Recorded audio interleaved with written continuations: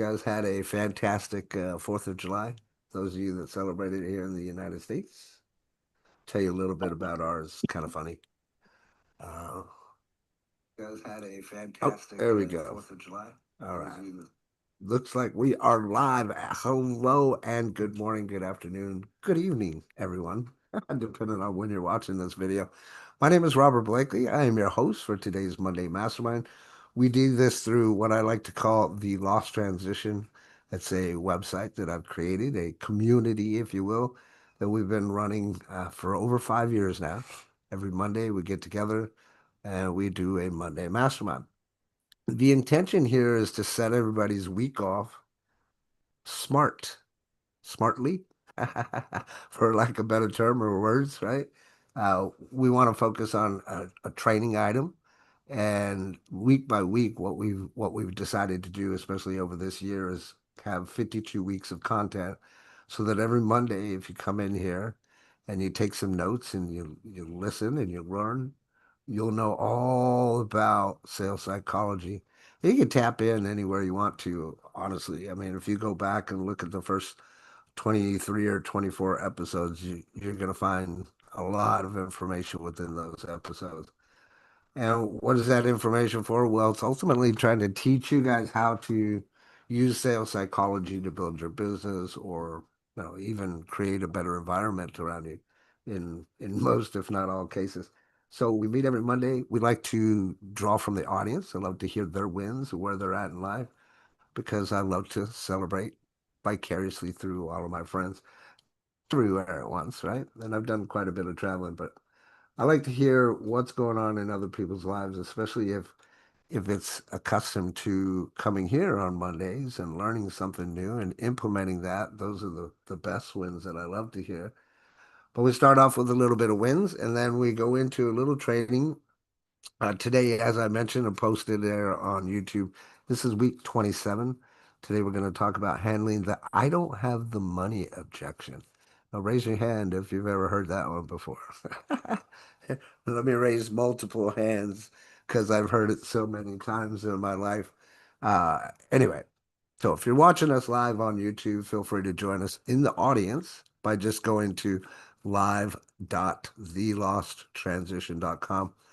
And we want to get everybody welcomed in. Hello, Johnny. Hello, Gene. Hello, Virgil. And hello, my beautiful co-host and online wife, Rita. So I'd like to start it off with some wins. Anybody want to start us off? Got some wins? Yes, Okay. Yeah. yes, yes, and Right. You yes. go, girl. I'm gonna Go. jump right in. Avoid that lag. Oh, So I was sharing. Uh-oh, did I do something wrong? I sure. Can you still hear me? I hear you fine, loud and clear. Can you hear me? Uh-oh. I hear you. Yeah, we can hear you, Rita. Yeah. Virgil, are you able to hear me? Yeah, I can hear you fine. I Okay, can hear she you broke fine. it. I could hear her as well when she started. You know? I was actually quite surprised. She usually wants I to go know, right? last, but she jumped in front of the bus today. I was like, okay, big things. That's all right. You want to kick us off then, Virgil? You got some wins you want to share while she's sorting Yeah, out? absolutely. Why not? I have one, which also creates a domino effect. I officially was able to usher in the second artist in the label Oh, cool. that we started, which is pretty good. Sweet. For me, in the sense that I was handling all the contractual agreement and also the back and forth, it's a big accomplishment. And even more so, it's through the structuring of the conversation and myself, my positioning. I was trying to create a bridge between everything else I do, the marketing, I'll say the apparel business more than the fashion. I'll call it apparel for now for all those industries. So these contracts going through are pretty important for me in the sense that, for example, each time I am also overseeing their marketing tools, the marketing teams, since each artist has to bring their own marketing team. So I oversee those, and that allows me to create content or to get content that will solve the content issue that I was facing with the magazine. Right. And one of the avenues of monetization is that merchandising and that whole branding conversation. So in both axes, or that contract allowed me to pivot uh, and bring into the fold one or more of my activity each time. So these are a pretty big win. Of course, it's long term, short term type gain. And in that perspective as well, there was another big thing that happened is that throughout these conversation, also my position within the label, the structure, the gain profit share have been clearly defined, which Oh, is nice. also pretty neat, Even right? better. So, and I must say I was offered a fair share of the profit generated by all these contracts. So that's pretty cool. But Heck again, yeah. long-term, uh, present validation, long-term income, and in the meantime, in the between space, it's also opening up a lot of doors. So I'm pretty happy with that win. That's awesome, brother. Those are some amazing wins right there, brother. I mean, it's like blending the best of both worlds, right? Yeah, That's awesome, brother. Thank you for sharing. I can see my some great pleasure. things happening over there, brother. Little by little, week by week, with that consistency, Yeah, and you're hanging in there, man. Good week job, by brother. week. Yeah, that's the Kudos word, to you. consistency. Good Thank job, you. bro. Hello, Jorge. Welcome. Gene, Johnny, or Jorge, you guys got any wins you want to share? Well, I'm picking up my second show, Dark Side of the Ring, tomorrow night. So it'll Nice. be hopefully airing Wednesday. I just sent out my promo video out for it. So, and just continuing to do things. I reached my limit on my uh, ChatGPT for images. I've created so many memes, as you see behind me. Uh, And now it wants me to go pro or wait 5 hours to create any Oh, more images. you're on the free version? No, I'm on the $20 version, but there's doubly there's a stoppage because I've done a whole lot because I've been doing a lot of corrections too. Is it, it still does the two hand or three hands every once in a while, or won't get the right cartoon caricature of me, and I got to upload the cartoon caricature and say no, use this caricature. But yeah, That's interesting to me. yeah, I it says you hit the plus plan limit for image generations. You can create more wow. images when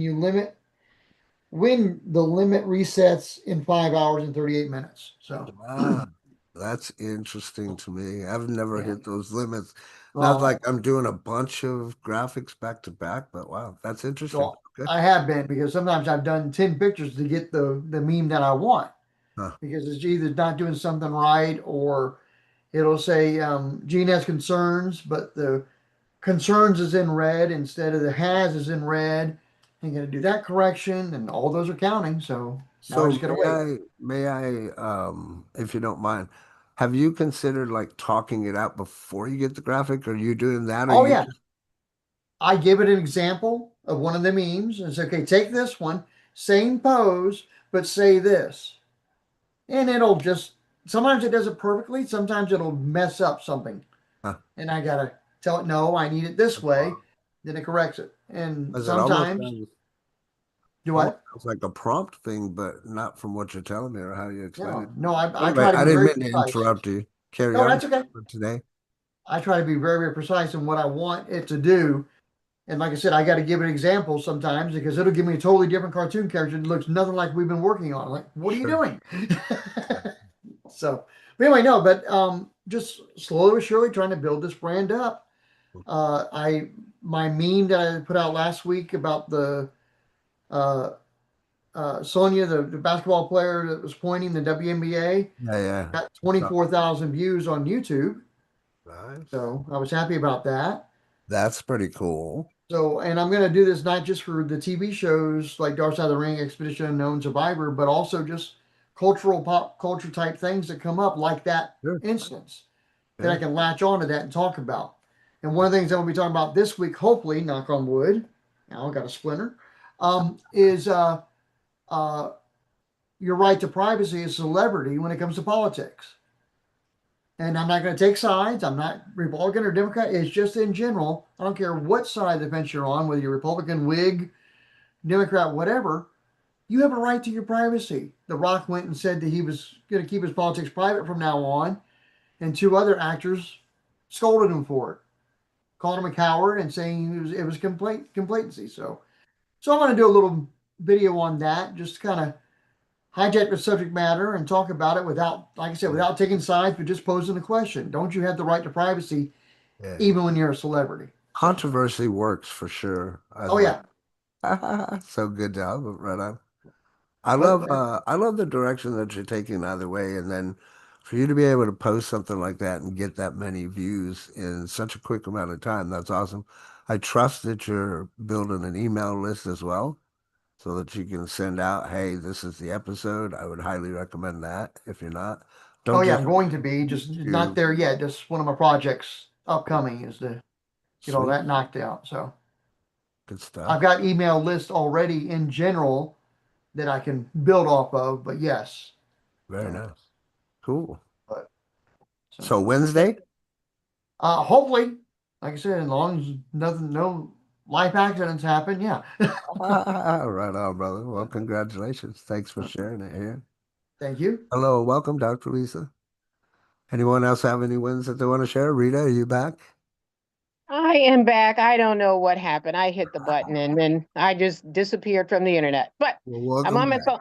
phone. Thank you. I'm on my phone now. And just wanted to say one thing about how being in a network marketing field or this kind of building relationships, whatever you want to call it, MLM, um, you know, I know people knock it, but when I tell you that while I was gone in for 2 weeks, I was able to market 3 memberships just from relationship building that just came out of nowhere. And when I say that, this is for the Legal Shield business that I had since 2003. So with very little effort, being able to get paid, also because I'm in the group arena, but that's wonderful. However, the best part of this is being able to go and see my family and not worry about anything because of the business that I had built prior to. And it just, there is nothing that I love more than to see my mom and dad be happy, smiling, thankful, just the love that goes on that as a kid, it's there, but their investment in us is why we can do what we do now. And I'm so thankful and so happy and just elated that because of the work that I'd done previously allowed me and supports the things that I'm able to do. So I am super happy. Um, just that joy. So it's great. I did miss my family, but my online family, my online community. But I'm back, and today I will get on that clock and start working so that I can keep on building and do what I'm supposed to do. No more being ambitiously lazy. Back to you. Well, I love it. But before you go, first off, welcome back. We missed you. We missed your face. Secondly, how easy was it to have those three conversations you mentioned with little effort? Oh, it was very easy. It was very easy. I think because of, I was on Facebook a lot, and I do take a hiatus and I don't care about it, but I do. And, just continuing to just say hello or how's it going? And that's it, and it's, you don't know where it's coming from. It just show, and I don't care where it comes from, but when it does, it's an easy conversation to have. Like if I don't talk to Jean for a month, and if I don't talk to you for 2 months, we're still friends. We have built relationships over the years, and I have no, this community is where I go to first when people are having problems that I can't help them with. If there's something that I can offer, if nothing more than a referral, because I know who the people are. If you want customer service, Jean is the best person that I have met who does that very, very well. So if it's about what we're doing now in terms of the loss transition, it's easy. It's look, you're having a problem. This is where you need to be. The choice is up to you. So, and these are conversations I can have because those are the relationships that I have had. Well, you're gonna have some fun when you get on the clock there and see the updates that I've been working on while you've been away. A lot of Uh-oh. stuff. No, it's cool. It make it even easier for everybody to use. Updated some email stuff back there for the Look Try book so that the intention is to be able to go in there, create your business profile, spin a generated email, go in there and perfect the email so that it's what's going out when you talk to somebody and they're willing to take a look at it, or if they're willing to try it, or if they're willing to book some time with you. And then it's just putting in your contact, sliding it, bye bye goes email. It goes out for you, right? Yep. Yep. So I love it. we made it a lot simpler on that end because it was just a blank text format, so to speak. Mhm. You could put links, but it didn't have the full blown editor, so I worked on putting that editor in there, by the way. So Okay, have fun with super that. cool. Well, thank you. I Yeah. shall. Do I need to go on the tour? You could if you like. Just let me know. I'll set up a tour. Okay, cool beans. Yeah. All right. Check out my Yep. Facebook page. I think there's a graphic out there. Oh no, you already posted on that. Yeah. But yeah, Okay. I will give tours, sure, if you need them. Thanks for sharing, my friend, and I'm glad to have you back. Gene, did you have something you wanted to add? Yeah, I had another win, which was just brainstorming, and Rita reminded me about it with relationship building is whenever it's somebody's birthday or anniversary, I always say happy anniversary, happy birthday, whatever. If someone achieves something, especially if someone says, "Oh, I'm 9 months sober," I do awesomeness. That's one of my words. It dawned on me that I could take these memes like you're seeing behind me and I can comment with those. Yeah, So I'm building my brand while also building the relationships with people on Facebook and trying a little bit on Twitter also. And I'm getting more traction because I'm getting more of the likes love it. off of just the general things, or even something, even total strangers are posting something funny. So I send my laugh emoji or laugh meme, whatever, Sure. and all of a sudden there's 5 likes on that little meme because people like that image. Right. So, and hopefully it trickles down to followers, then hopefully it trickles down to subscribers, and hopefully it trickles down to, a bigger building or building bigger. But it's building those relationships, like I said, and I've gotten more hearts out of the happy birthday one than just getting the thumbs up that I usually got. Sure. And I've Yeah. gotten more thank yous off the happy birthday one just in a few days because people are seeing it's different than everybody else's happy birthday. So, Look, I'm glad you brought that up, and I don't mean to distract, and I know we've got a topic here, but I just have to say that, like, we preach a lot here about what I call give to get, right? If you're out there and you're posting and you're expecting or wanting likes and comments, you have to understand a few things. First off, if you're not out there liking and commenting on other people's posts, that's not going to kick the algorithm into saying that you have any kind of connection at all. Therefore, mhm. you might even not being seeing some of the content that you might want to see, or it's just not being shown to you because, Facebook loves to do that. My point is the key word is reciprocation. All right. I would encourage every one of you guys to be out there reciprocating, especially those of you that are connected here within this group. It's again, like Rita saying, it's the community here that can actually help you. And I've seen people, and I'm not directing this towards you at all, Gene, so make sure that, but I've seen people that have come here before and then they've left and then never come back. And so I'm pleased that Gene did come back and he's here to learn and hang out with us and all that stuff. But all I'm here for is to just literally embark whatever kind of knowledge that I have over the past 40 years of my life to help teach you guys sales psychology to make shit easier for you. I know how to sell. I know how to talk to people. I know how I'm not perfect and I might not be everybody's cup of tea, so to speak. I realize that. But at the same time, just like I've removed my emotions from the sale, I remove my emotions from that as well. And I'm Mhm. not one that's going to go hump people down and say, oh, come on, you got to be in training. Come on, get in here. Because I know a lot of you guys, especially if you're watching on YouTube right now, and I've heard it before and I've experienced it, you can't just spend your day on webinars all day, right? I know where you're coming from. That's why we only do this Mondays, right? Other than that, we have our inner circle and all that fun stuff. But yeah, make sure you're out there reciprocating. If you want somebody to see your content, your best bet is to go out there and like or comment on their content. Just Mhm. saying. So thank you Exactly. for sharing And that. one last thing, I want to thank Yeah. you, Robert, for not being the pushy trainer because when I stepped away and had my downtime, you reach out, you say, hey, hope everything's okay. We're here for you. We're here when you need us.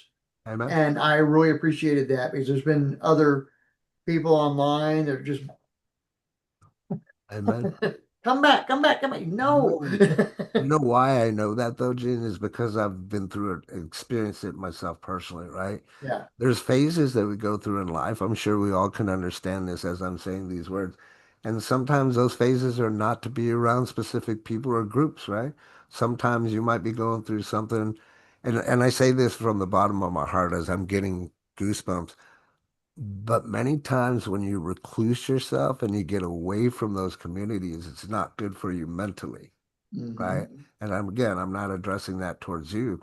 Just in general, I believe that everybody should have some kind of support or community group. Life is tough out there, especially if you're out there trying to focus and do things all on your own. But you can accomplish more things within a group, I guarantee that. So I appreciate each and every one of you guys Well, being that was here. my first. That was my first thought. As soon as I thought of the Gene has concerns Yeah, 2 weeks ago Saturday, sure. my first thought is, oh, I got to be on Robert's call Monday I love it. I because love I knew I was on to something. I So, love it, brother. I know you definitely are. And I love the direction you're going. And I'll do what I can, obviously. I'm out there liking and loving and supporting all of you guys as I see the content. If you want comments, though, you have to, I've said this before in many past trainings, you have to make the reader understand, or it comes from the point of the reader's view, not yours, to where they can read what you're saying and they have to agree, like, oh, she's right or he's right, or that question has to be a close-ended question to where the answer for that other person is easy for them to come up with. I mean, think about it too, right? We're in the day and age of artificial intelligence. Many people are having to use artificial intelligence just to know what to say to a basic comment, right? And then you have those that don't use it and they're just doing basic comments like a thumbs up.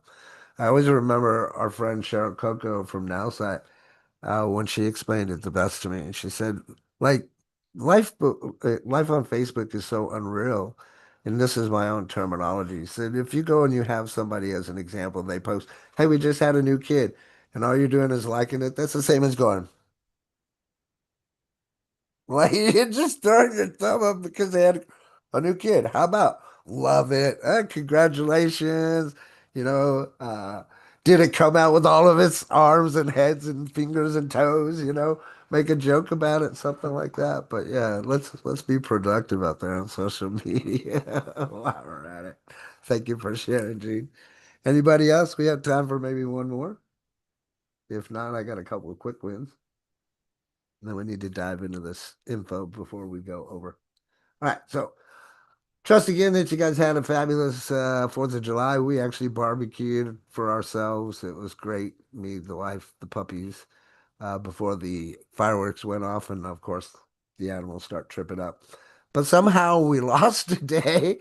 I posted it this morning, and both my wife and I woke up this morning thinking that it was Sunday for some reason. I don't know what happened. And we weren't sitting there getting drunk or anything. We just somehow lost today.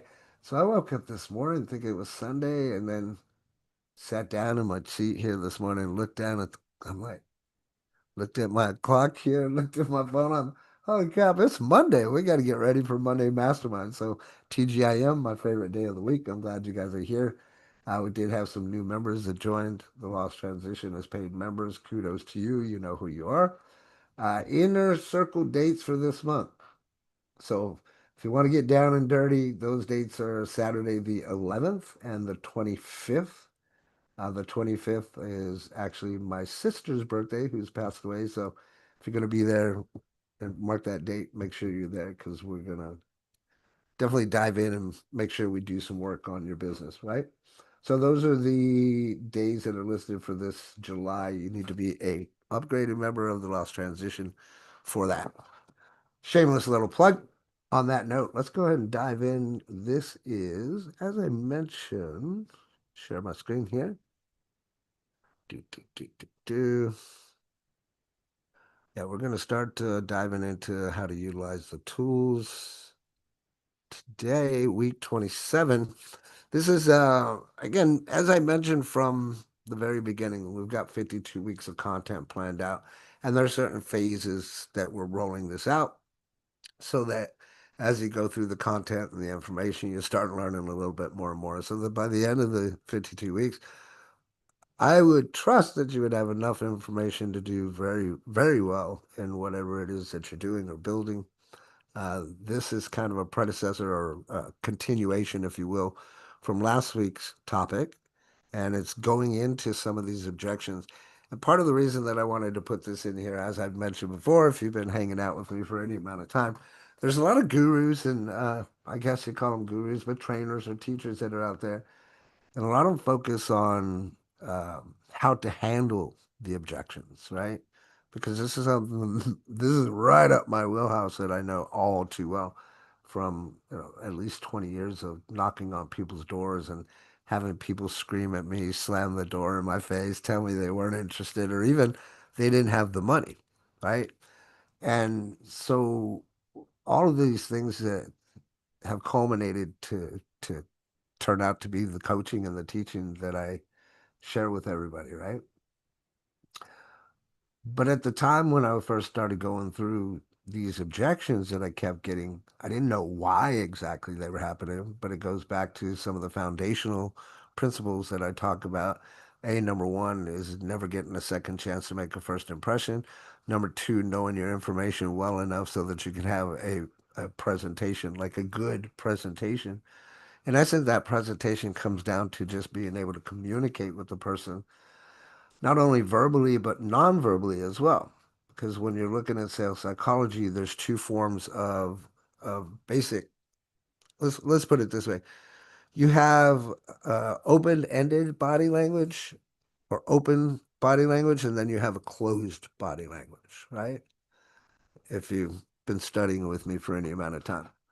And when you understand how to take that closed body language, create it to an open body language, and then change a person's state and then be able to plant the seed, makes your life so much easier.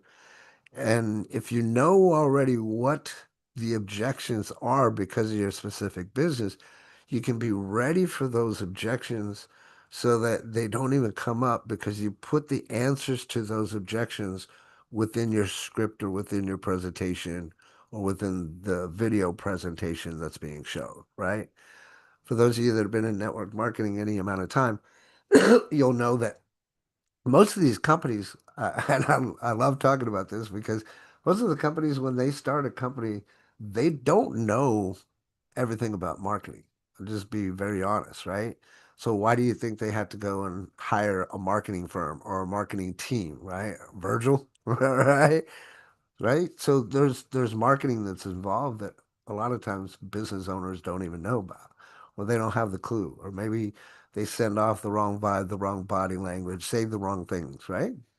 But there's a certain je ne sais quoi that you can learn by understanding sales psychology and how to overcome those objections before they even happen so that you're not battling objections, right?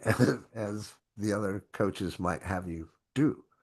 I'd rather you have a conversation with the person, answer the questions in advance, and then be able to let them make the decision that they are ready to join your business or try your product or book some more time with you. Thank you, Mala.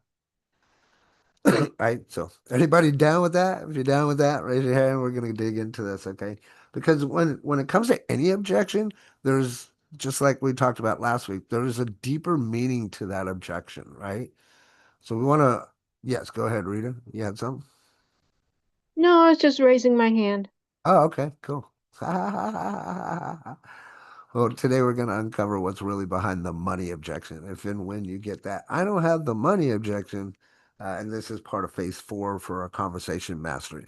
All right. So, in any of these circumstances, whenever you're running into any objections, it's typically not about the objection itself, right?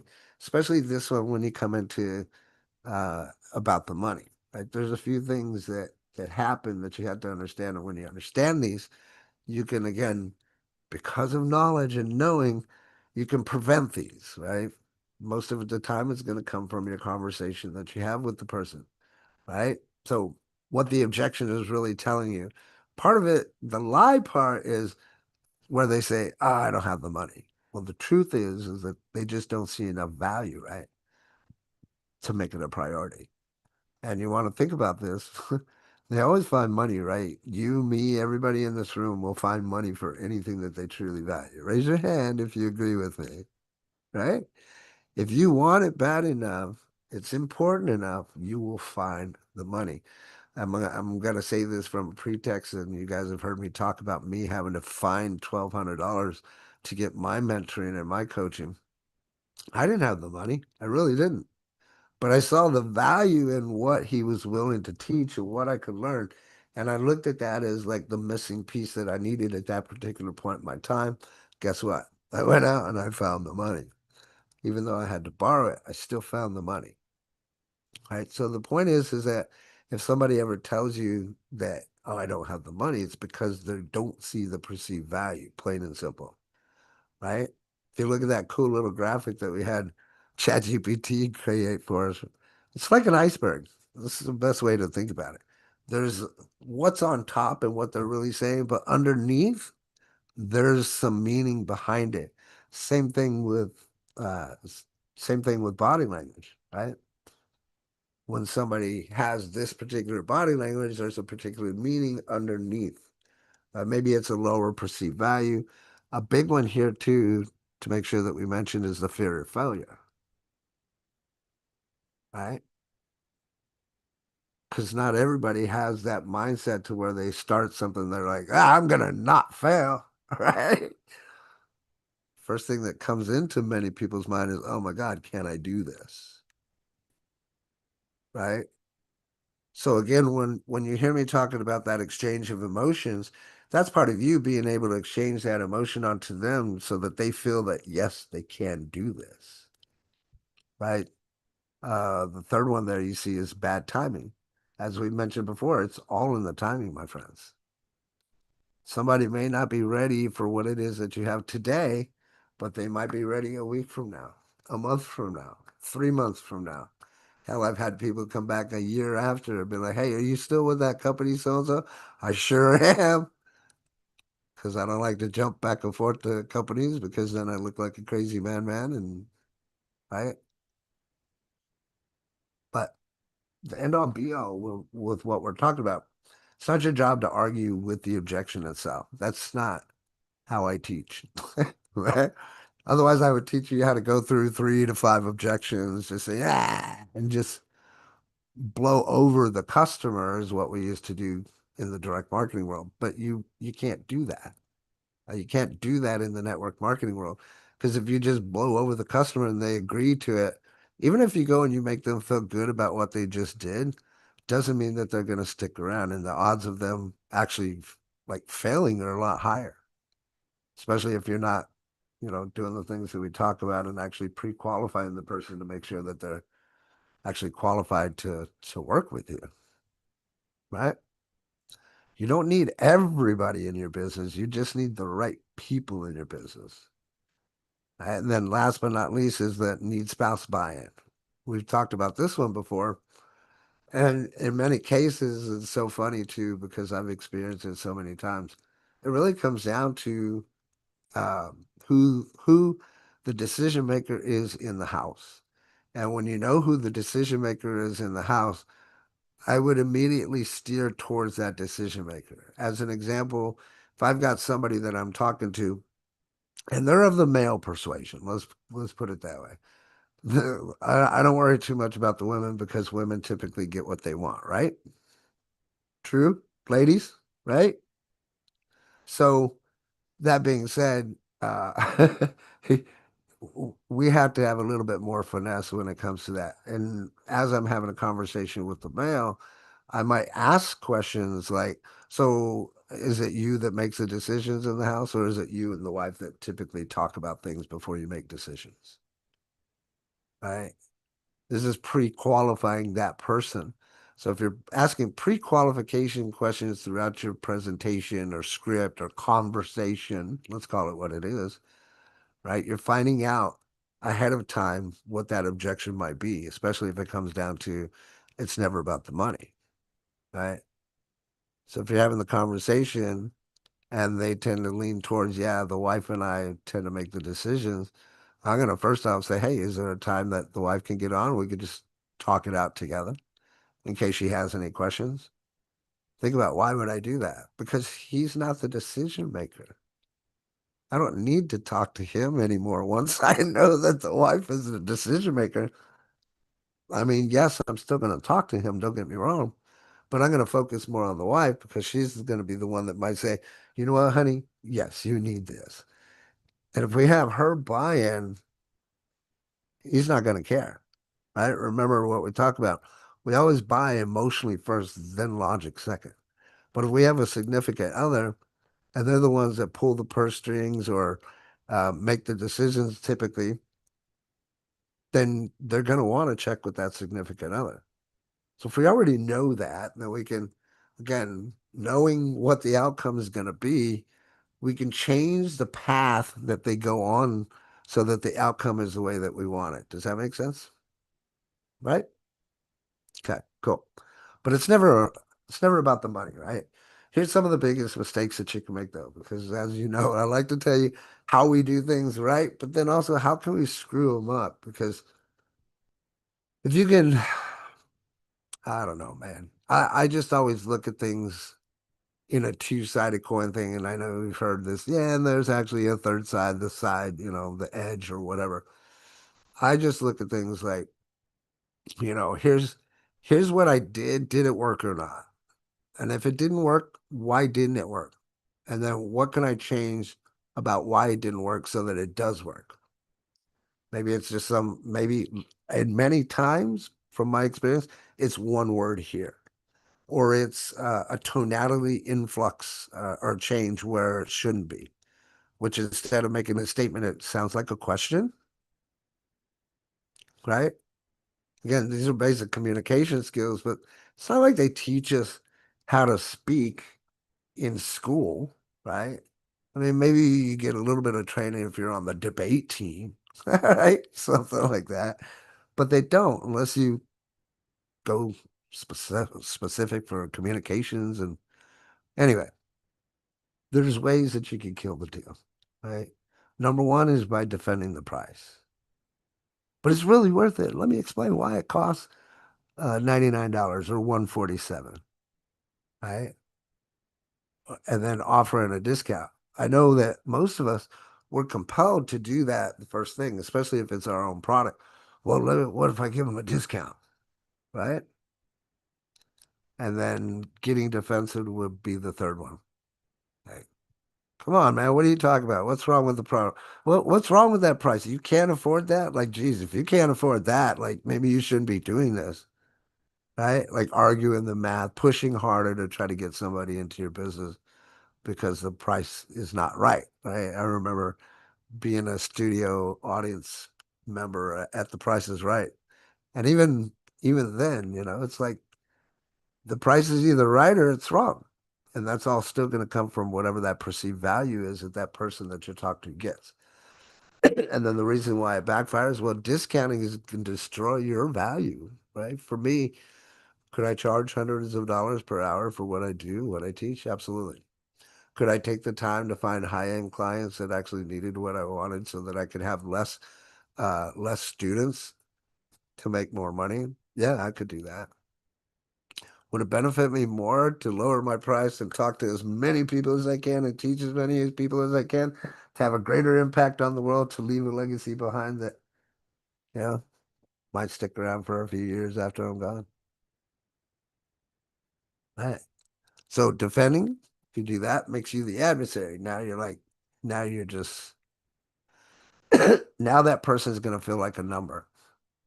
And I'll tell you what kills a deal really quick is that person feeling like a number. Turns me off to no end. And then if you're getting defensive, excuse me, it signals desperation, right? So don't cut your cost, right? Don't get defensive. Don't try to defend the price, right? What we're going to do is we're going to change the script, or in our vocabulary that we normally talk about, we're going to reframe things, right, Virgil? We'll reframe things. Well, here's what they're really saying so that you guys get it. I kind of mentioned this. So, number one, it's not enough value. Right? If the price doesn't match, there's just not enough value for it. They're not convinced that it's worth more than what they'd be willing to give up to get it. A simple conversation for this as an example, right? And not that I thought about it right off the bat, but it made sense to me. You know, even a paid membership at the Lost Transition is only $37. I see that in my head is only $37, but someone in Canada says, well, that's $50 to them, right? So therefore, okay, that's not enough value that's built yet. Once the value is built, I imagine that that person will be ready to join. Right? Number two, fear of failure. What if I spend the money and I can't make it work? Because this is something I'll tell you ran through my head even when I went and I got a mentor. I thought, hey, this is all I needed and I could do it. And I failed to begin with, guys. Like I don't know.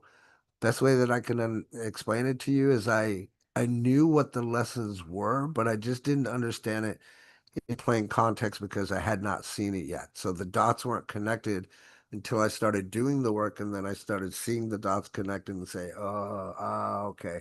I had to have my own aha moment before I could put it together and say, okay, now I can take the best of this world and the best of this world, combine them together, and then just have conversations and not worry about being connected to the outcome of it and then having people join my business, right? So with now say, I don't know, I think we went over, I don't know, roughly 150 people into now site within 2 years, which it isn't really big numbers, but some of the things that I talk about and we preach is like, if you don't have 100 people in your downline, you don't really have a business, right? So it's great. You have the amount that you need to, first off, make sure that the price is whatever you're spending is taken care of, then going into commission and all that fun stuff, right? But when you have 100 people in your downline, then that's something notable. Right? That's making you the top 2% of network marketers in the world. Hell, just to be the top 2%, all you need to have is 10 people in your downline. I don't know if you know that or not, right? So if you can build a business or even an affiliate marketing company to where you have at least 10 people underneath you, ta-da, congratulations. You've made it to the 2% club, right? When you have 100, now you can say, yeah. Go ahead, Rita. You got something to say on this one? Yes, I do. I would say you need 10 working people. Very well said. Yeah.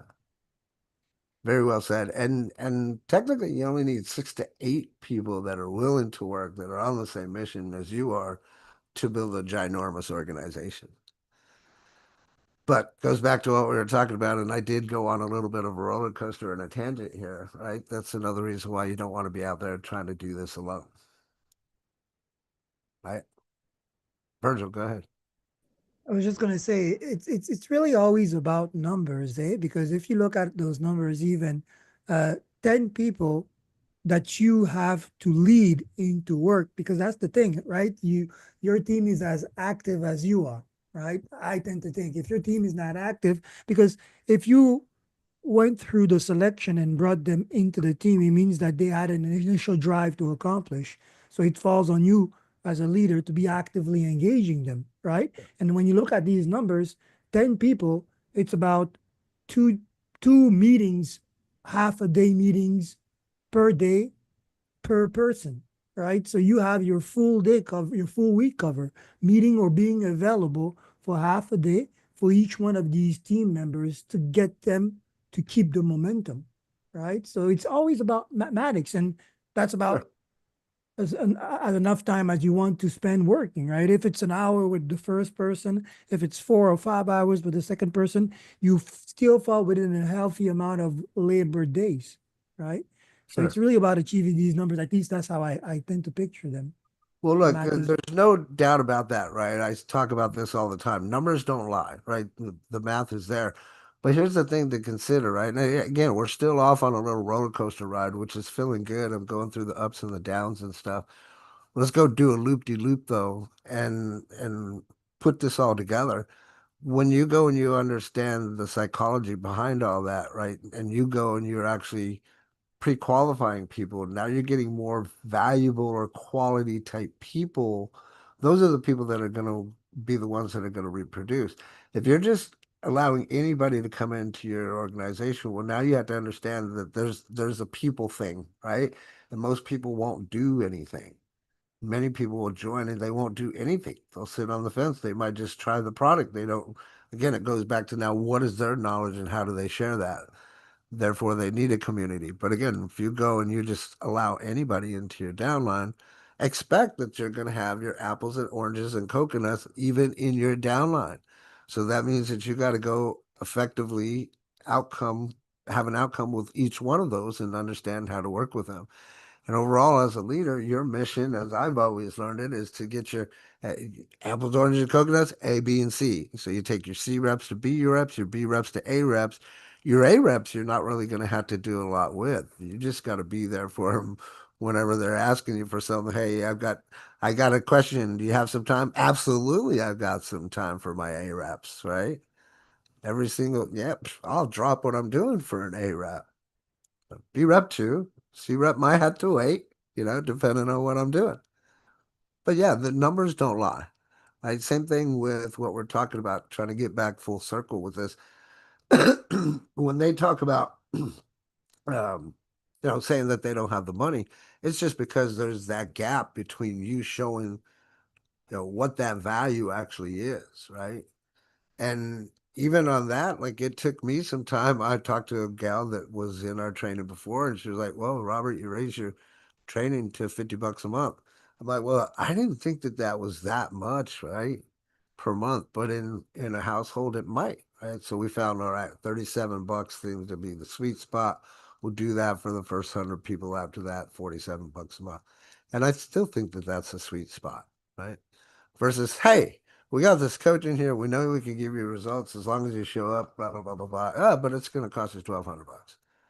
Right? Many people wouldn't join. Right. So you have to find with whatever your product is, especially if you're doing your own business, this is just from personal experience. What is that sweet spot? Right? What is that sweet spot where people look at the value and then see the price and be like, oh shit, you should be charging more. All right.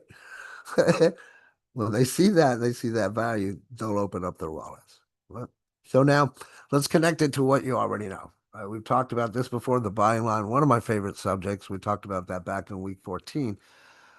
If they're saying that they don't have the money, they're not above that buying line yet, right? They haven't physically said what they need to say to convince me that they're above that buying line, especially if I'm not doing the job right to get them above that buying line, especially if I'm not explaining and explaining and interweaving the answer to their objection before they give the objection, right? Because once they're above the buying line, there's not anybody that's going to give you the I don't have the money objection if this is done the right way, right? So either way, you don't want to push the price. You just got to raise the emotional temperature first. Then when we talk about the pain points, this is how you can kind of change, instead of you arguing the price or giving a discount, change the logic or reframe what it is that you're explaining to them. And this is the pain points that we talked about in week 19. Right? You need to go back and take a look at those. It's right there in the back office. Learn tab, Monday Mastermind, search for week 14 or week 19. You could play it right there. Right? But here's the fun part. This is where, again, we're not teaching you this to do bad things. We're teaching you this so that you understand how psychology works, but you can use their pain uh, to help you, right? Because the pain of them staying stuck and them not changing or not getting whatever that product should be severely outweighing whatever the price is, right? But if they're balking at that price, that you haven't just amplified the pain enough. And so there's things that you can ask them questions, right? We talk about getting really good at asking questions and telling stories. Number one technique that we're going to talk about is isolating the objections. I find out if money is the real issue or just the easy one. Because many times people will spit out just an objection, the first one that comes to their mind, depending on how you approach them. Again, you never get a second chance to make a first impression. All right. So here's the magic question. Write it down if you need to. Take a snapshot. The golden dust has been sprinkled upon you. Use it. Use it. If money weren't an issue, would this be a yes? It's a simple, straightforward answer. It lets you know exactly where that person is at. And it can also help you get to whatever deep-rooted problem that there might be that's underneath that ice, underneath the water in that iceberg, right? So if they say, yes, money is the only obstacle, now you can solve a real finite problem together.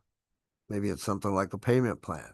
Oh, well, instead of 1,200 bucks, well, what if we did 4 monthly payments of such and such, right?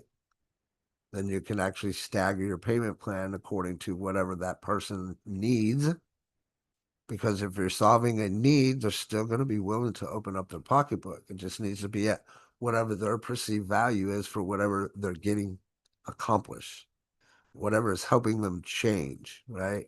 Whatever is taking away their pain. But if they go and they hesitate, well, money was never really the issue, right? Hesitation lives somewhere else. So we got to find out, is it the value, is it fear, timing, or trust, right? Now you can know where to dig and find out what those answers actually are. And again, instead of you answering objections, which kind of at this point is where you're going to end up, you're just having a conversation with them about how to reframe it, right? So when you shift the lens from that price to what's the consequence, instead of worrying about the price and saying, let's start talking about the wounds, let's talk about the pain, right? Talk about what it costs to stay stuck. Here's an example. What does another year of where you are right now actually cost you? Like in income and time, like if you feel every Monday morning, in like how you feel like when you wake up, what does that cost you? Right? And then just pause. Let them think about it. Let them give you the answer. Right? The other word that you could change, this should probably go into an alternative for forbidden words, but investment versus an expense, right? You should be phrasing things as an investment on them or for them, shall I say. Right? Because if they think of it as an expense, well, damn, that's money that's spent and gone, right? It's like going and buying anything at the store. Immediately when you take it out of the store, it automatically starts losing value, right? It depreciates. You start going below the buying line, even though you already bought it. You're like, yeah, you're happy. Unless it's something you really wanted, right? Maybe you waited for a while. Maybe you waited for uh, more than 10 years to get a foosball table and finally get one, right? But you have to think of it investment, right? If they can see it as an investment instead of an expense, that's going to also help you. Talk about the what does it take to not take action. And then technique number 4, find the money together. If it's a yes, become their ally, not their obstacle, right? We mentioned payment plans if that's the need, right? Break the total into pieces to fit whatever the cash flow is. I know I've had to do that before in some of the courses that I've taken or given, excuse me, right? Number 2, reprioritize. Help them find it in their existing budget. What's already being spent on things that matter less. I've had to do this with people just by going through and saying, okay, well, what is it that you're promoting now? And find out, well, are these things that you actually need? And maybe these things aren't what you need. So to help them reprioritize so that they have a focus and they know what lane they need to go in. Go ahead, Rita. You had something to add? I have a question I actually. have an answer. Let's see if they match. All right. So, I think I am the orange Okay. sometimes, and sometimes the apple. So when somebody is prospecting me, and I hear the terminologies, and I recognize what they're doing. Right. And so, how do you, once you know that, that's a different mindset to Yeah, be in. So, like, not to piss anybody off or be rude, sure. by saying, like, look, I know what you're doing, and I, I'm not ready to make a decision right now. That's the bottom line. But you're going to come at me maybe with, well, did you see the value? Or, to go through the techniques. Mhm. Um, it annoys me more when people don't recognize or don't understand or don't want to understand where I am in the process. Because many times I will have to think about it. I don't care what you say. Sure. So I'm sure I'm not the only one. And is the best thing to do to, hey, would you mind if we just stayed in touch and left it at that? Or if you have any questions, and give me a call. Absolutely. So two things that I picked up on what you were saying. You might call yourself an orange, and then you even said that you're probably an apple, but I'm guarantee you that in many cases you're a coconut, just like what you're explaining.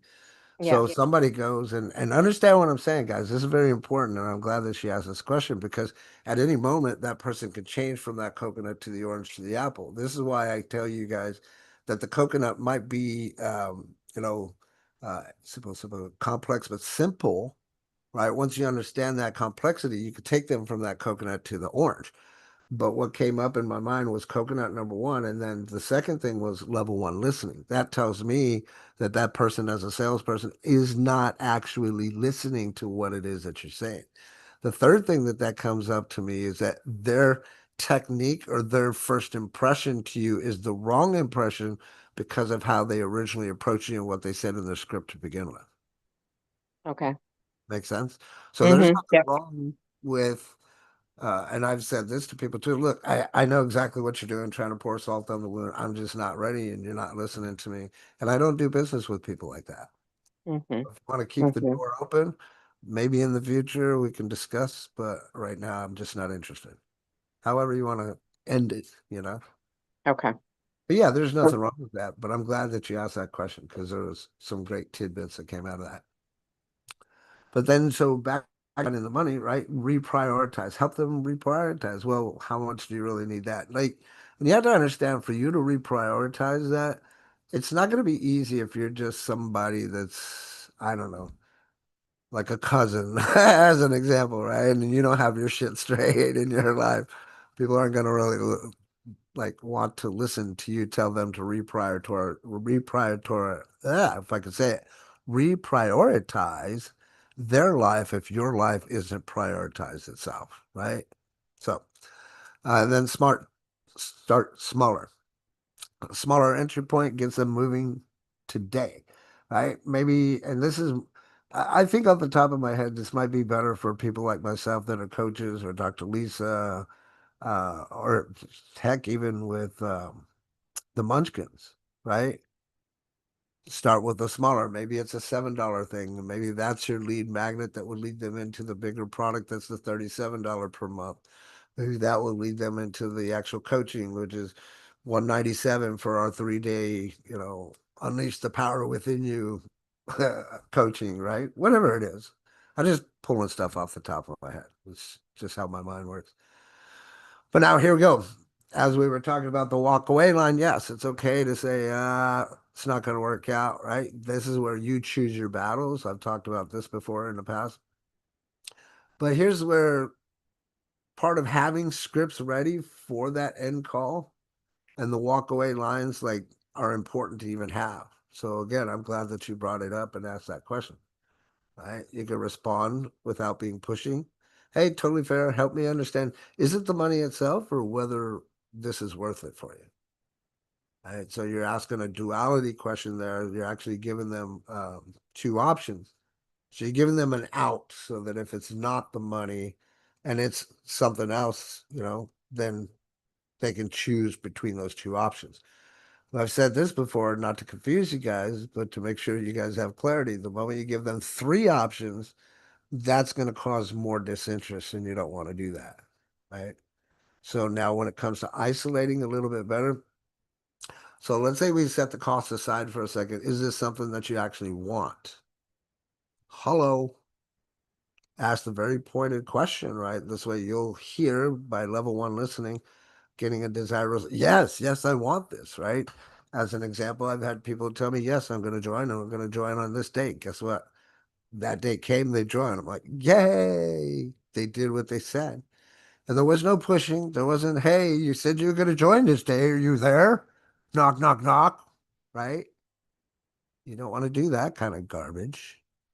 And then on the reframe, what's it costing you to keep things exactly as they are? This one is very deep because it hits onto those pain points. If you have somebody thinking in an emotional way and understanding, Rita can see these things and I can see these things and hear them because of my experience. Right? And some of you guys probably have heard and seen and felt these ways genuinely. And that's again because that transference of emotion was not done properly. So those are some suggestions there on how you can respond. And then on the flip side, on the right side, dig deeper versus walking away. Dig deeper whenever there's a real desire. If they have no desire for it, then okay. My apologies. I thought this was something for you. Probably sounded like a salesperson, right? No, no worries. Hey, we're here. If you ever have that problem, need us, whatever. We'll always be here. Come on back, whatever, right? They engage with the isolate question. That's the one I'm really talking about. And then is the pain, if it's genuine and unsolved, then that might link them into, coming into your opportunity or your coaching as well. Respectful walk away leaves the door open. Pushy close slams it forever. So that to me, I just always think of that burning bridges kind of thing. Like I don't want to burn bridges. I don't care who you are. If I'm not for you at the time, maybe I will be in the future. But if I burn that bridge, then I can expect that that person will never come back, right? That's me doing a disservice to not only myself, but also to that person because I didn't give the best presentation I could and I didn't give the best first impression that I could. And I've had that happen, right? I had that happen on Facebook the other day. Tried to leave a nice little comment for somebody, and they were like, "Oh, you're puffing your chest." I'm like, "Whoa, where the hell did you get puffing your chest out of that?" Right?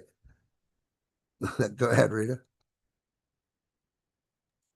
I wanted to mention too that that person, even though they may not be interested right then, but they're going to look at how you approached them and how you made them feel. And if they feel that that's high pressure when it comes to joining, if they do, they're going to consider the high pressure that you put on them, and that's may not be what they want to do.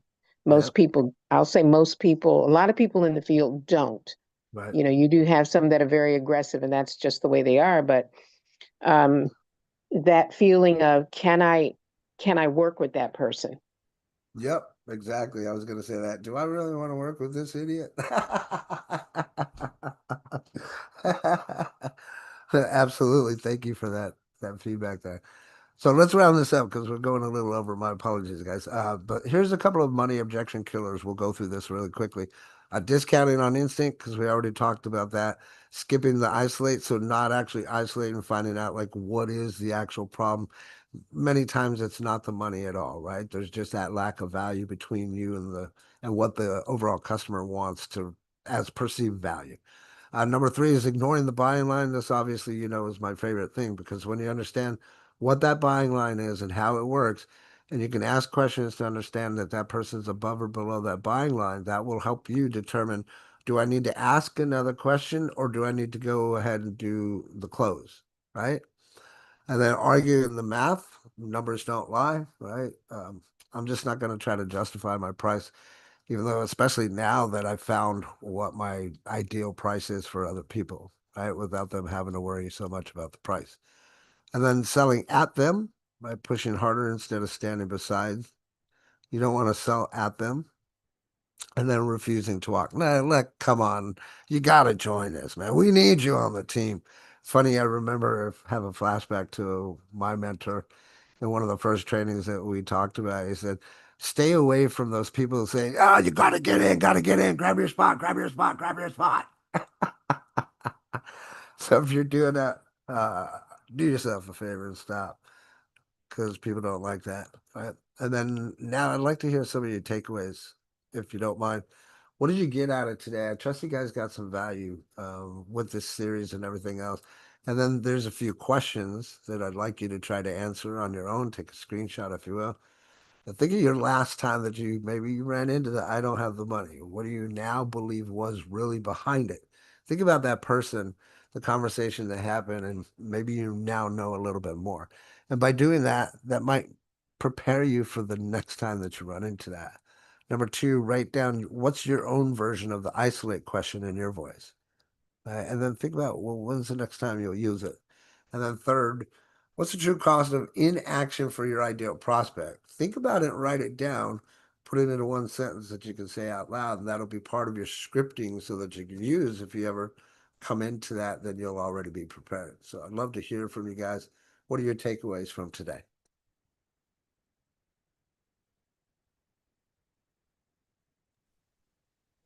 Don't all go at My once. my big takeaway actually came from the beginning, the opening statement, right? Because that question is really or becomes an issue when, yes, the prospect is not seeing or perceiving the value enough for it to become a priority, right? That's so important because it also even begs to ask the question, who started talking about money in that conversation, right? Because as you are going over the exchange, understanding the needs, matching it with your products and its aim, its goal, its purpose, making sure that all the needs of the prospect in regards to what your product does are matched, right?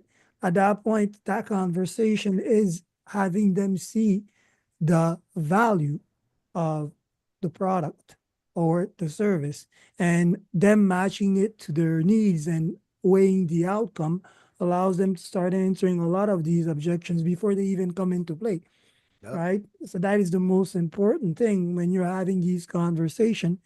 First, oh, well, you should be the last person to talk about money because then it becomes a transaction and that conversation may be the one or the one response that you will be served as a getaway card. But if your conversation is just focusing on matching your products uh, and the audience, your target needs, the value and the priority will lead them to asking, well, how do I get in? How much is it? Right? That is one of the first thing. If your conversation is solely aimed, focused at matching your prospect needs and your product solutions, right? Which comes down to that screening, right? A little bit like what Rita mentioned last time. Uh, if you look, oh no, it was Doria. if you're looking at businesses from the get-go, you're looking at what potential budget they could have, and you're already pre-qualifying them, right? So even when you're looking at peer-to-peer or uh, B2C businesses, when you're looking at your client or your prospect versus the offer and its value, you're already looking at some pre-qualification steps here. And depending on how close they are to that, to matching the budget or to crossing that buying line or that threshold, you know when you're supposed to start talking about that transaction, not even mentioning the price, right? So that's one of the things at the gate. That was the takeaway.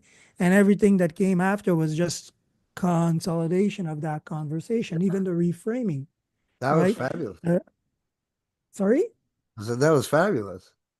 Yeah, the reframing is just a, a an actioning on that perspective. Because if you're telling me, well, you need to speak to your spouse, it just means that, well, the product may be a product household, and from the beginning, I should have screened you with the ideal question as you as you put it as position.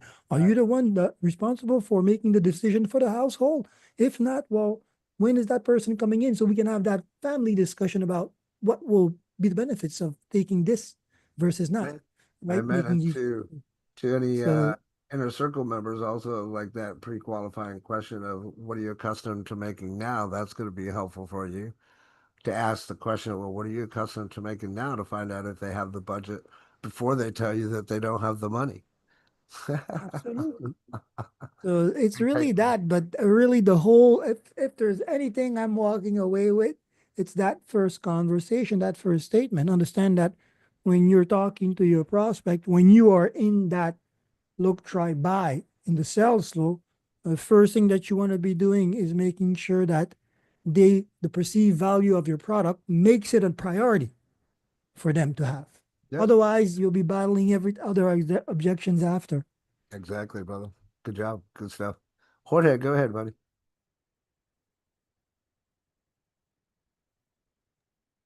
I want to make a comment. It might not be the right timing, Okay. but because it doesn't answer to your takeaways, Okay. but it's kind of a win that I didn't mention Oh, okay. because I failed, Okay. and it's hard to make a failure a win, but in reality, it was a win. On Thursday, I had a check ride, and it is a 4-hour test. It's 2 hours oral and 2 hours flight. So out of the whole test, I actually failed in one maneuver. Oh, And for that reason, I need to retest again, but it's only going to be that maneuver. The rest is already covered. sure. So after that, I got approached by a guy that said, I learned that you need an instructor. The reason for that is that uh, I was offered to retest quick, but my instructor went on vacation and he's coming back on the 19th of July. Oh, my birthday. So, so when this fellow came back with that approach, I said, how in the world he learned about that?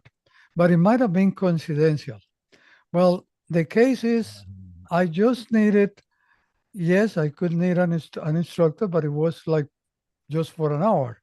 So this guy come back and said, well, I'll give you a very good deal. I give you a block of 10 hours for $800.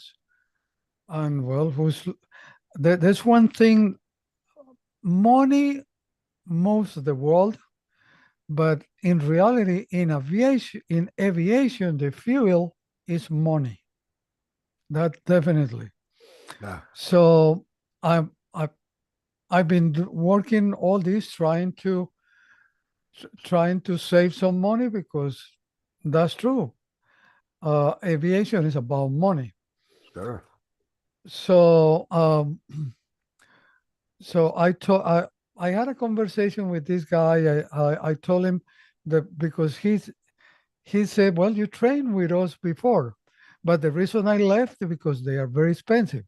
And he was coming back with the point that they are the cheapest in town, whatever. So I just asked him, well, how much are you charging for this type of airplane for an hour?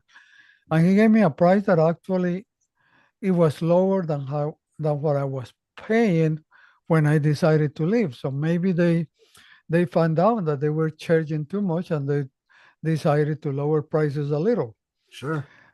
Anyway, after all of conversation, I basically told him, well, I could use this in the future. Thank you very much, but but I'm okay now. You know what his answer was? What's that? Well, don't come back to me crying. Okay? What kind of salesmanship is that? That's not. I think he was trying to use FOMO, but he slipped on that. Right, right. Wrong move. Did you invite him to this Zoom to listen to Robert and learn how to sell? Actually, actually, you're making a good point. I'll send him a text and invite him to the. There you I'll, go. I'll give him the URL to join for Mondays, There you go. so maybe he will learn something. I love it. Thank you for sharing that too. And right, and it's all about money. Let's not be kidding ourselves. Let's say money can't buy happiness. No, maybe it might not buy you happiness, but it'll make you pretty happy at least for a short amount of time. I jokingly say that, right? It's what the economy is ran on. I love one of my other coaches used to say all the time, Marshall Silver.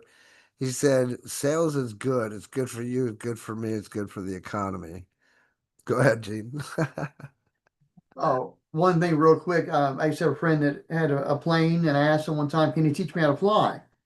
He said, "Sure." I said, "How much?" At $25. I'm like, "What?" He said, "Yeah, but I got to teach you how to land also, because you're landing a plane, and that costs $10,000." There you go. How about that one, But Mark? real quick question. Um, and it was not something you want to cover now in the future. Is how do you handle it when you're either trying to schedule some time with someone, or you've already scheduled time and you're there, and before you even get to present your presentation, your product, or your service, they're demanding to know, well, how much is it? How much is it? How much is it?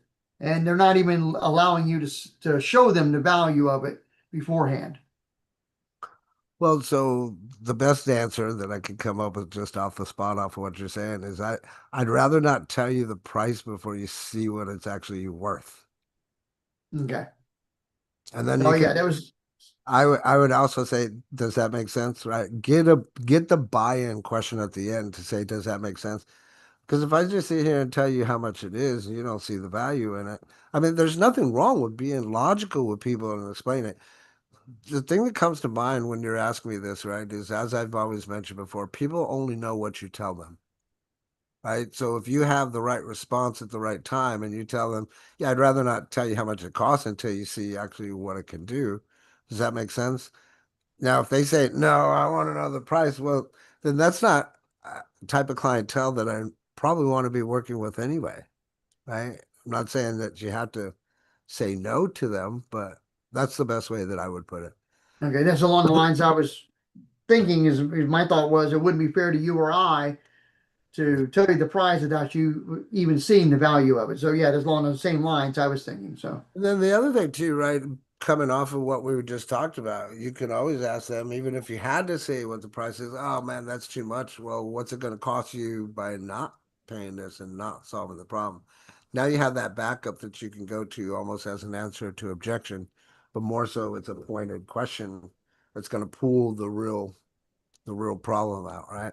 So I got you. good stuff. That was actually what was itching in the back of my mind because the answer, if somebody off the back, well, that's what I perceive. If somebody off the back, without letting you make the presentation, is insisting on understanding how much it's going to cost them to use your service, chances are they have done the research on your product, even lightly, but they have done some research, or even better, they are using a similar service, which brings us back to one of those questions or these reframing. how much do you usually spend on these? Because when you hear my price, it's going to blow your mind. You There can you go. flip that like that, right? Because it's like, okay, if you are acting as an informed, because we're looking at a coconut there, right? He's actually informed or acting very informed about the product, coming in right away. I know how much, I want to know how much I'm going to spend for this before he even tries to sell me. He So almost bought, all right?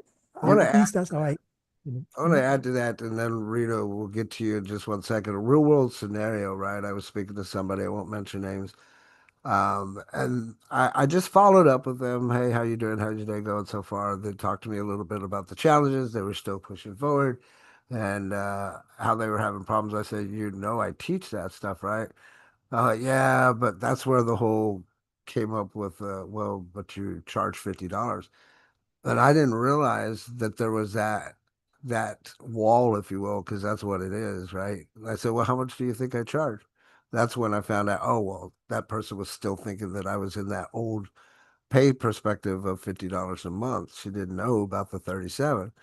Right. So then I lay it down and say, oh no, I changed all that, added some tools to show that there was more value there. But then in respect to that, she was like, oh, I've already promised myself that I'm not going to spend any more money on anything else until I get this figured out.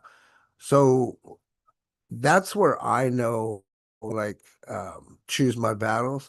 And I'm not going to try to win that battle because, in essence, what she's telling me, and I know this is true, I've got too much going out on too many things. Right. So, in that respect, I'm not going to try to take advantage of that and say, well, here, spend more money with you, with me. Right. I don't know, just a side topic that I wanted to throw in there. Perceived value is very important. Right? If they don't perceive the value, then they're going to say no. Rita, go ahead. I've seen presentations done both ways because they brought out that, look, I know you're going to want, you think it's going to cost a lot. Let me tell you right now what the price is. Right. And they have brought it down to uh, like how much per day. Let's start with, and then you figure out how much it's going to cost you on a monthly basis. Right. But that kind of, to me, sets the platform for, okay, well, that's not bad. I get all of that for, if I think about what you offer with your platform at 37 a month, and what is that, if you boil that down to how much is it a day? It's a buck a day. And to have access to you, aside from an Eric Worre or Tony Robbins, I won't have an audience with them. I've been in an audience with 300 people with Tony Robbins, and oh, he's got to go talk to, he's got another engagement. There's always something to do. But I will get, not always instant, sometimes I do, but it's nothing pressing, that same day I won't get a response from you. So that right there is gold, platinum. So to have that access makes a big difference. So, you look at what you look, it doesn't get any better. That's all I can say. So, sometimes telling people how much it's going to cost. So if you think it's going to cost you, a zillion, kabillion dollars, i.e., what's that other guy whose course was 30 grand? I seriously thought about, I take a mortgage out on my house for this. No, I'm not doing that. Ouch. But I had to wait till the end to find out how much all of it costs. And Right. it wasn't worth the value for me. But Right. say less, Rita, say less. Back to you. No, no, that's perfect that you bring that up because what you're saying, there's two things that you mentioned. And the one where they're going through and they're saying, well, this is the value, whatever, that's what's called a value stack, right? And then when they go say, well, we're going to get it today or whatever, they're actually answering in advance whatever that objection is of not having the money, right? They're answering in advance. So then at that particular point in time, that person that says that's too much money for me, now they've just separated the room and those people have left the webinar. This is a classic technique that I've used myself too. It's to weed out the serious from the curious is what we call it, right? So those on the other flip side, many times you will find that you'll go sit through all of that and you won't find the value at the end because the presentation didn't build enough value for whatever that target price is at the end. And I don't know, did they discount that price at the end? Can you think about that? No, no, this is with the legal shield. Gotcha. Okay. So the price is going to be the same, no, Right. regardless. Unless you're a business owner and have employees, then okay, then it will be less. Yeah. But no, it's and I like that. I like people telling me upfront what what I'm going to be paying. And then as I'm thinking, I'm building that into my budget. Like, I'm not sure if I can do that or not, or can I do that? You know something else So that popped in my head? My apologies. go ahead. Before I tell you what it costs, let me tell you what you're going to get. Sorry, go ahead. Yeah. I didn't And want to. and Go ahead. and again, doesn't that depend on your audience? Yeah, 100%. Yeah. Absolutely. I mean, yeah, don't get me started on that one, but yeah, even Mhm. even your audience is a big thing, especially if you're talking about social media. Like I see a lot of people, and again, I'm not here to bash anybody. I love it because I had to learn these things too. But just constantly posting about their business, and then you could tell. I guess the word is trying hard, try hard. This is what we call it in the gaming community. I see And a you lot of tryhards out there and just trying too hard, and then what are they doing? Well, really, they're pushing away whatever audience that they did have, right? And if they're not building more of an audience and getting new people to see their content, then that's not going to help them. Now that Facebook actually is kind of pushing people's content out, except for mine, people are at least getting to see other people come into their sphere of influence based off of whatever content that they're sharing. So it should be good if you're saying, putting content out there, make sure it's good content that people will want to like and share. and I could see myself doing that just for fun, i.e., all right, how many people think $1 a day is too much to spend for your business or Sure. for your family? Right. If it is, you need to leave now because it's not for you. Well, even still, again, I go back to the whole timing thing for everything. I really do. And that's an easier way for me to be disassociated from the outcome of whatever that person says. Even if they Hmm. say they don't have the time or the money or whatever. Oh, well, I'm not normally there. I can't be on Saturdays. Well, that's okay. We'll record them for you, but it's better if you're there.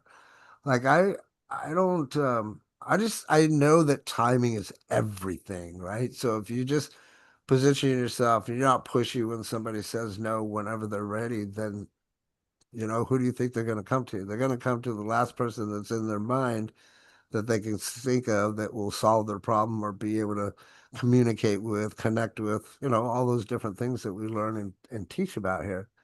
But ultimately, yeah, it's about building that relationship and making sure that that other person can trust you enough with whatever their secrets are. So anyway, thank you for that. Appreciate that. Virgil, go ahead. There's just a few things Rita said that I wanted to rebound on because it's so funny in the sense that um, we when we go out to buy something, and this is me putting myself in the consumer seat, right? When I go buy something, I expect to find somebody who's going to sell it to me, and I expect him to be a great salesman. Don't you guys agree? When you want to go buy something, you expect to have in front of you the best salesman to sell you the thing. It's when you're not expecting to buy something that when somebody starts trying to sell it to you, that you start seeing the pattern in what they are doing when they're trying to convince you and such, right? So it comes back again to that audience and that pre-qualification. Just like you said earlier on, you said sometimes they'll put you in an audience and they'll flat out tell you this is how much you guys can expect to be spending off the bat. Chances are, chances are, before you guys all came into that room, they all pre-qualified you for being capable of Right. paying more of that amount.